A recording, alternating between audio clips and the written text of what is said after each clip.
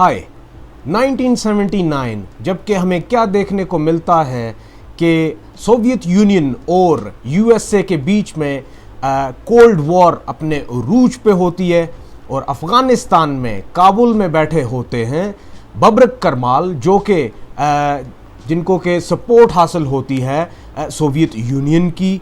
और इसी असना में अचानक से सोवियत यूनियन इन्वेड कर देता अफ़गानिस्तान को और इस खित्ते में एक नया सिलसिला शुरू हो जाता है जिसमें कि आपको फिर आने वाले 10 सालों में अफ़गानिस्तान में एक लड़ाई नज़र आती है जिसके असरात करीबी ममालिक पे भी पड़ते हैं और वो आने वाले कई सालों तक पड़ते रहते हैं।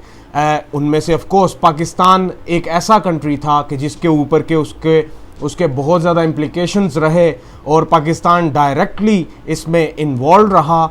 इस पे ही आज बात की जाएगी। I happened to be working in Moscow. I was the political counselor there. When the Soviets invaded Afghanistan, we did, I think, I could be wrong, I was not in headquarters, I was not occupying a senior position, but there was a possibility that Pakistan need not have become the standard bearer of the challenge to Soviet presence in Afghanistan. किस्सा कुछ यूं हुआ कि उस वक्त के पाकिस्तान के हवाले से अगर मैं आपको बताऊं तो पाकिस्तान में गवर्नमेंट जनरल ज़िया की आ चुकी थी, उनके हाथ में ताकत थी, वो मार्शल लॉ लग चुका था और वो आइसोलेटेड थे through out Europe, America, Canada, everywhere he was isolated because of his decisions in Pakistan. And उनको भी ज़रूरत थी कि वो कोई ऐसा तरीका निकाल लें कि जिससे कि पाकिस्तान को दोबारा से यूरोप में, अमेरिका में, हर तरफ एक्सेप्ट कर लिया जाए। और जब सोवियट्स ने अफ़गानिस्तान को इन्वेड किया तो उसके बाद पाकिस्तान के पास एक ऐसी चिप आ गई, बार्गेनिंग चिप आ गई जिसमें कि पाकिस्तान अपना रोल प्ले कर सकता था। व्हेन आई से पाकिस्तान दैट मीन्स कि उस वक्त का जो गवर्नमेंट का सेटअप था या फिर जो मार्शल लॉ एडमिनिस्ट्रेशन थी उसके हाथ में एक बार्गेन चिप आ गई। वो इस सूरत में कि वी ऑलरेडी न्यू कि अफ़गानिस्तान में सोवियट्स आ गए और सोवियट्स की कोल्ड वॉर उस वक्त अमेरिका के साथ उरूज पे थी। यस, पाकिस्तान के कुछ अपने भी तहफ़्फ़ुज़ात थे लेकिन Americans wanted Soviets out of Afghanistan and the best country, suitable country which could be taken as someone who could assist America was Pakistan. तो वो पाकिस्तान की तरफ all eyes on Pakistan उस वक्त शुरू हो गई।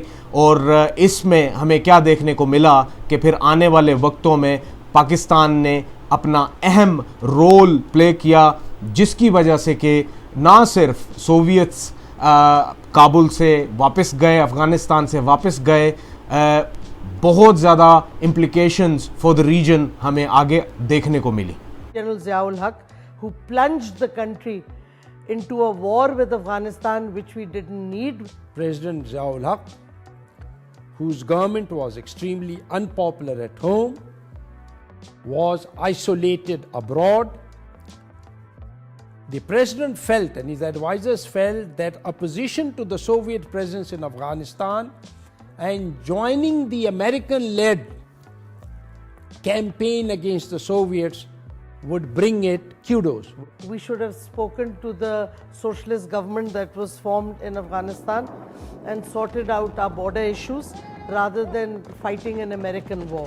प्लान ये था कि ISI को, जो कि प्रीमियर इंटेलिजेंस एजेंसी पाकिस्तान की, उनको इंगेज किया जाए और साथ में मुजाहिदीन को, पूरी दुनिया से मुस्लिम ममालिक के मुजाहिदीन को यहाँ पे अफ़गानिस्तान में लाया जाए और अफ़गानिस्तान की बका के लिए वहाँ पे उनकी सोवियट्स के साथ जंग लड़ाई जाए उनको, और उनको हर किस्म की जो असिस्टेंस है वो ISI के ज़रिए CIA ने मुहैया की, इस हद तक कि उनको कुछ ऐसे वेपन्स भी दिए जो कि सोवियट्स के ख़िलाफ़ इस्तेमाल हो सकते थे। और आने वाले वक्तों में फिर हमें क्या नज़र आया कि वही जो हथियार थे वही इस्तेमाल करते हुए, I am talking about stinger missiles, वो यूज़ करते हुए अफ़गानिस्तान में सोवियट्स को फिर वहाँ से निकाला गया। और ये एक खूनख्वार किस्म की जंग थी जिसमें कि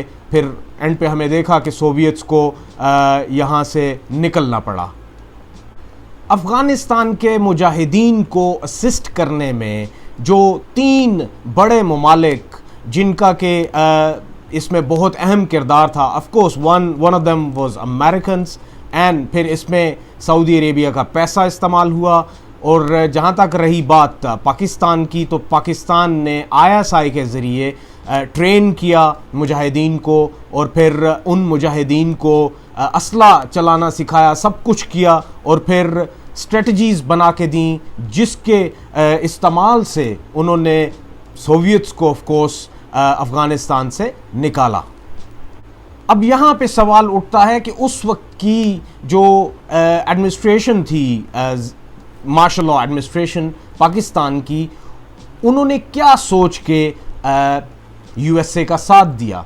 तो इसकी 2 वजूहात, एक तो ये कि हमें क्या देखने को मिला कि 50s से ऑनवर्ड्स पाकिस्तान ने थ्रू आउट जो कोल्ड वॉर थी सोवियट्स और USA के दरमियान, उसमें USA का साथ दिया। फिर उसी साथ के तहत जब U2 इंसिडेंट हुआ, जिसका कि मैंने पहले भी अपनी एक किस्त में ज़िक्र किया था, U2 इंसिडेंट को मैंने बहुत अच्छे तरीके से एक एक चीज़ को मैंने उसमें एक्सप्लेन किया था, वो भी वीडियो मौजूद होगी मेरी वीडियोस में, आप वो भी देख सकते हैं।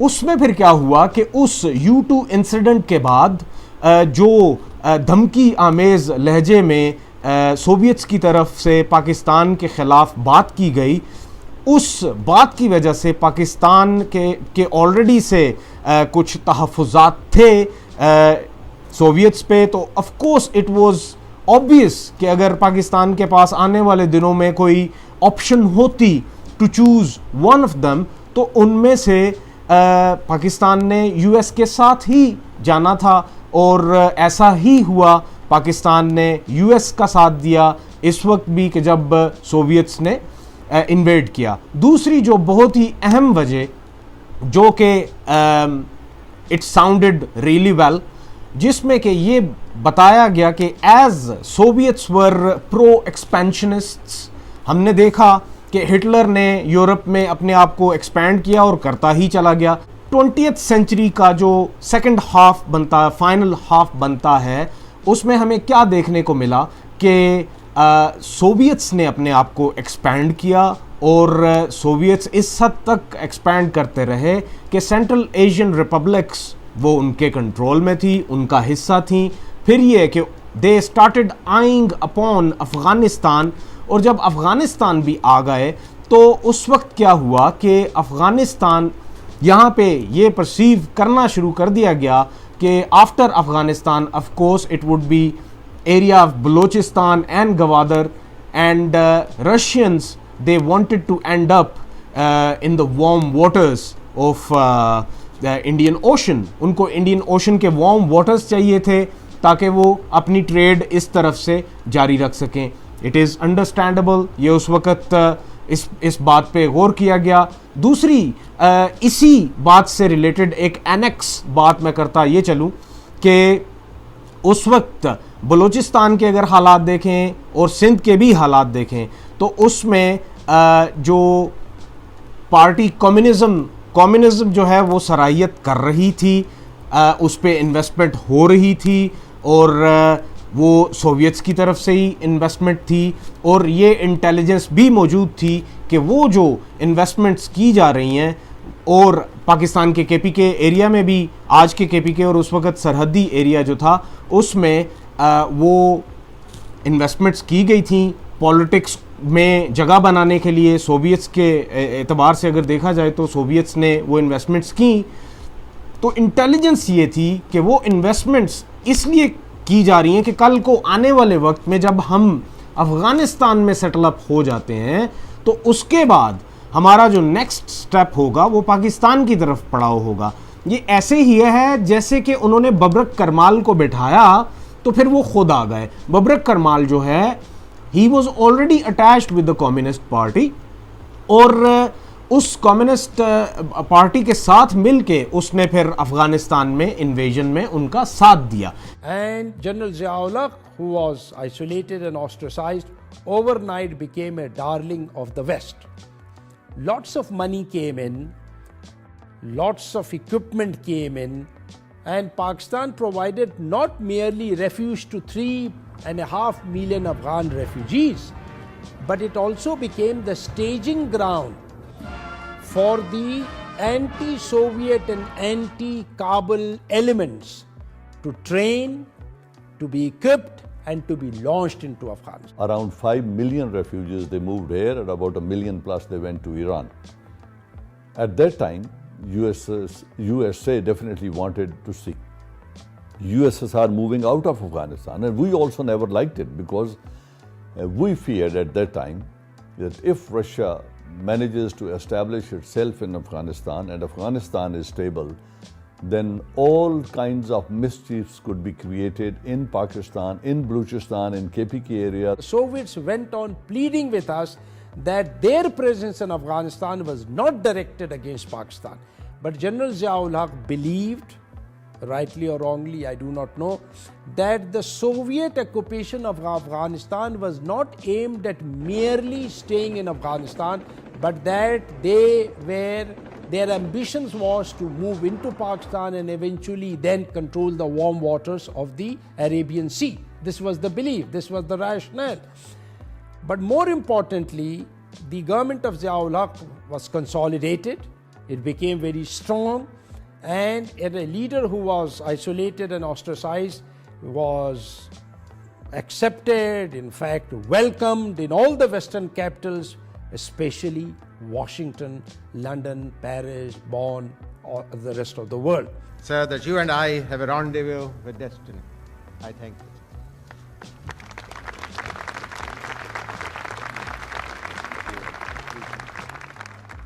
लेकिन हमें क्या देखने को मिला कि पाकिस्तान की तरफ से, यूएस की तरफ से और फिर सऊदीज़ की फाइनेंशियल असिस्टेंस के बदौलत मुजाहिदीन ने दे डिड वंडर्स और उन्होंने बहुत पहले तो टफ टाइम दिया, फिर उनको इस हद तक कर दिया कि वो मजबूरन उनको यहाँ से वापस जाना पड़ा और साथ ही उनको उनकी इकॉनमी डिसरप्ट हुई बल्कि तबाह हो गई। और अचानक से हमें क्या देखने को मिला कि वो सोवियत यूनियन के जो कि यूएस के ख़िलाफ़ खड़ा था, उसके पैरेलल अपने आप को समझता था और उसके ख़िलाफ़ कोल्ड वॉर कर रहा था, वो लेट 80s में बिल्कुल ख़त्म हो गया और उसको सेंट्रल एशियन रिपब्लिक्स भी छोड़नी पड़ी। फिर उसके बाद इकॉनमी तबाह होने की वजह से उसको बर्लिन तक, जो बर्लिन वॉल थी वो भी गिरी और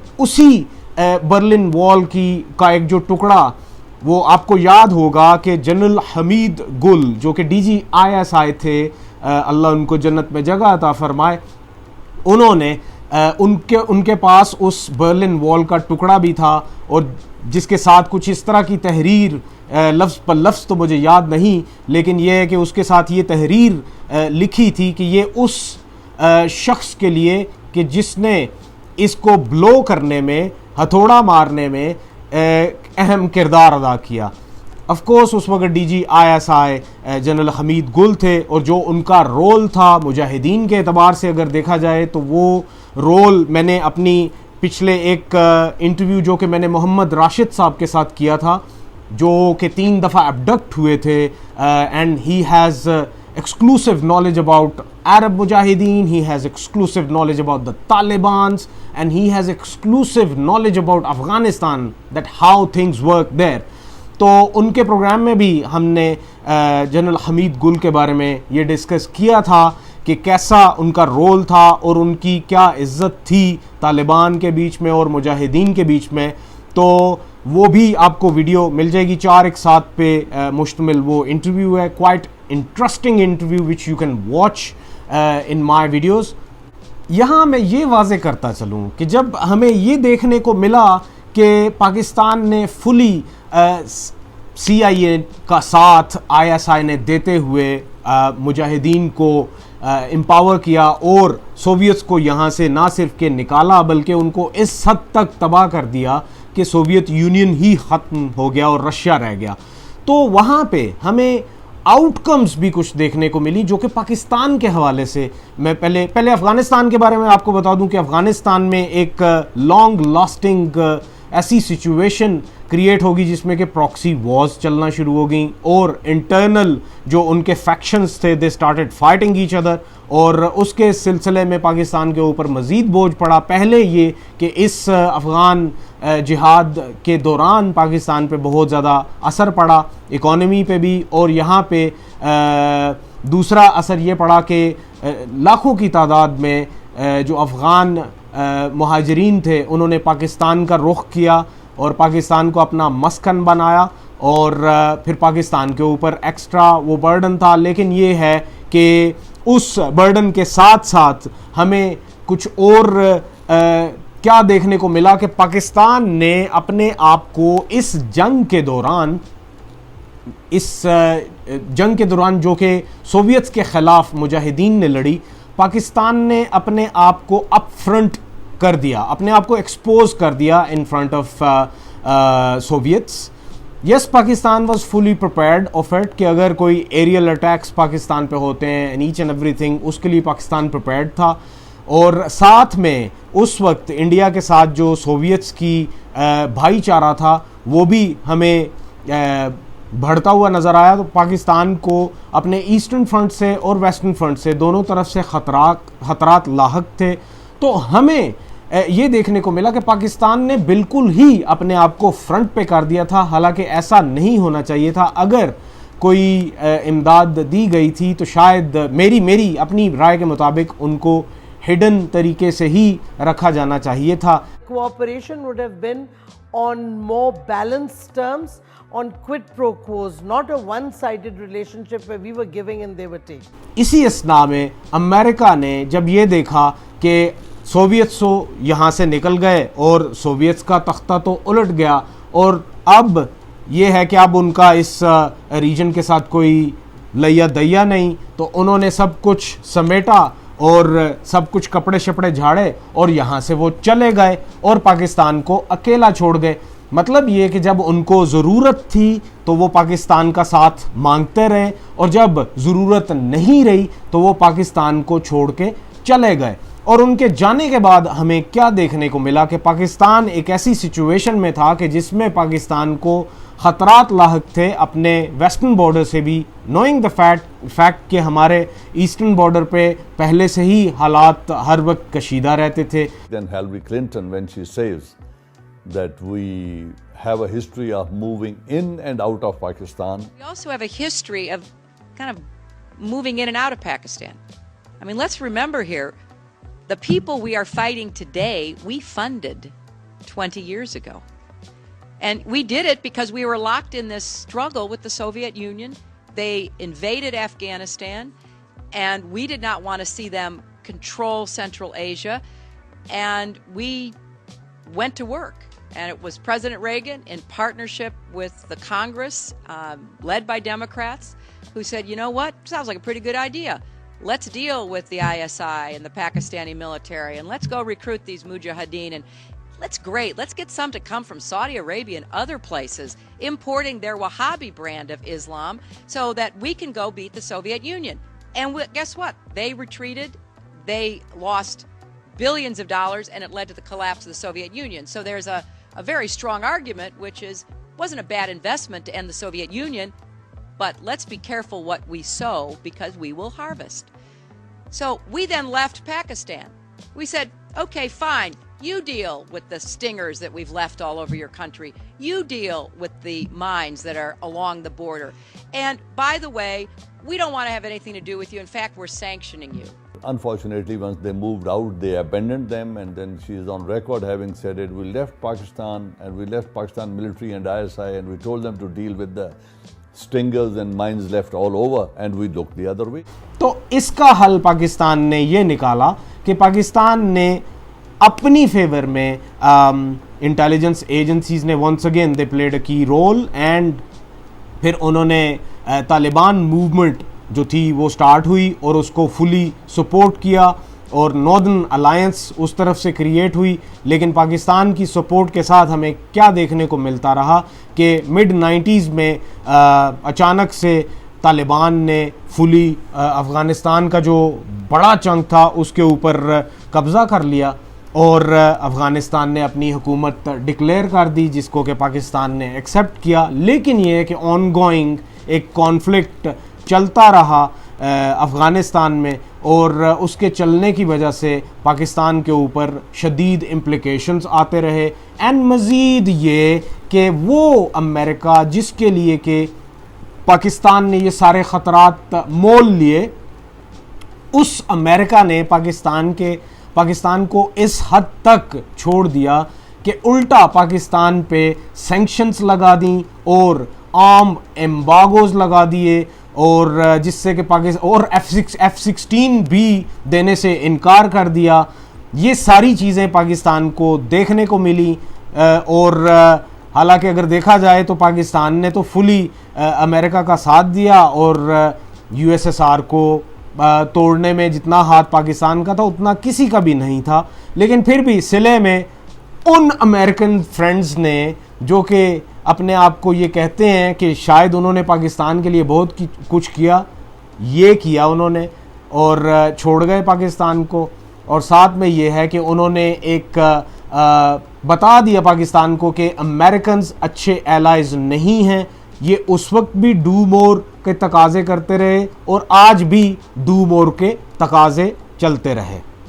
एक इंतहाई इम्पोर्टेंट बात के साथ एहतताम करूँगा इस वीडियो का, वो ये कि क्या देखने को मिला कि सोवियट्स के ख़िलाफ़ जो अफ़गानिस्तान में जंग हुई, जिहाद हुआ, उसके बाद फ़ौरन से जब अमेरिका गया तो उसके बाद इस खित्ते के हालात शदीद ख़राब रहे और इस खित्ते को अमन की सूरत हाल नज़र ना आई। लेकिन आज जबकि अफ़गान पीस डील की बातें हो रही हैं तो इसमें हमें ये ज़रूर देखना चाहिए कि शायद इस दफ़ा अगर अमेरिका यहाँ से निकलता है तो अमेरिका को पहले ये इंश्योर करना पड़ेगा कि उसके जाने से पहले अमन की फ़ज़ा कायम हो जाए। और ज़ल्मे खलीलज़ाद जो कि स्पेशल एनवॉय हैं US की तरफ से अफ़गान पीस डील के लिए, वो अपना काम तो बहुत ही अच्छे तरीके से कर रहे हैं और मेरे ख़्याल में ये उनके डिप्लोमेटिक करियर का सबसे अहम काम है। अगर तारीख़ की किताबों में जब भी उनके नाम को ढूंढा जाएगा तो उस नाम के साथ हमेशा हमें जो चीज़ नथी नज़र आएगी वो अफ़गान पीस डील होगी। और अगर वो अफ़गान पीस डील कामयाब नहीं होती तो इसका मतलब ये होगा कि शायद ज़ल्मे खलीलज़ाद एक अच्छे डिप्लोमेट नहीं थे। लेकिन अगर वो कामयाब हो जाती है तो तारीख़ की किताबों में हमेशा उनका नाम याद रखा जाएगा। लेकिन एक अहम बात वो ये कि अगर ये अफ़गान पीस डील नहीं होती तो उसके जो इम्प्लिकेशंस दोबारा से पाकिस्तान पे होंगे वो बहुत ही ख़राब सूरत हाल नज़र आने वाले होंगे, जिसमें कि पाकिस्तान को ऐसी भी सूरत हाल का सामना हो सकता है जिसमें कि दोबारा से सिविल वॉर इरप्ट हुई नज़र आए अफ़गानिस्तान में और फिर पाकिस्तान को अपनी साइड्स लेनी पड़े। And I am pretty much sure कि ऐसी अगर सूरत हाल नज़र आई तो पाकिस्तान जो कि हमेशा से अपनी कोशिश में रहा कि इसका western border with Afghanistan stays safe, तो Pakistan would side with Taliban, because हमें जो उनका सेटअप अभी वहाँ पे काबुल में मौजूद नज़र आता है उससे हमें क्या नज़र आता है कि उनकी NDS उनकी आर्मी, उनकी जो गवर्नेंस, वो सारे के सारे हमें एंटी पाकिस्तान और प्रो इंडिया नज़र आते हैं। और प्रो इंडिया इस वजह से कि इंडिया ने वहाँ पे बहुत ज़्यादा होमवर्क किया।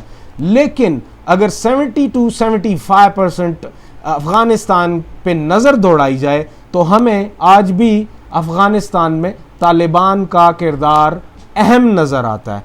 और अगर आने वाले फ्यूचर में पाकिस्तान को ज़रूरत पड़ी साथ देने की तो पाकिस्तान को शाया वे नहीं करना चाहिए, क्योंकि अगर यूएस अपने इंटरेस्ट के लिए यहाँ से अचानक फिर से निकल जाता है तो फिर पाकिस्तान को इंश्योर करना पड़ेगा कि पाकिस्तान भी अपने इंटरेस्ट्स के मुताबिक तालिबान का साथ दे।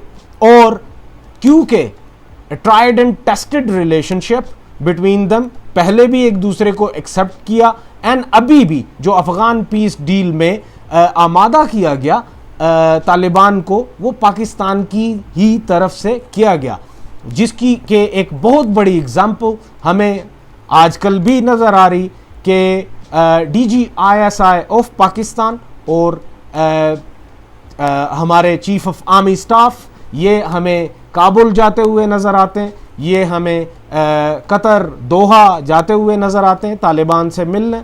और साथ में ये है कि अफ़गान पीस डील के लिए वो हद दर्जा कोशिश करते हुए नज़र आते हैं।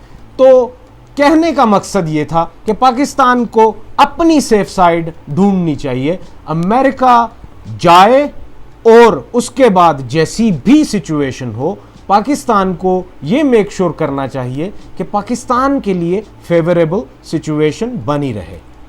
शुक्रिया।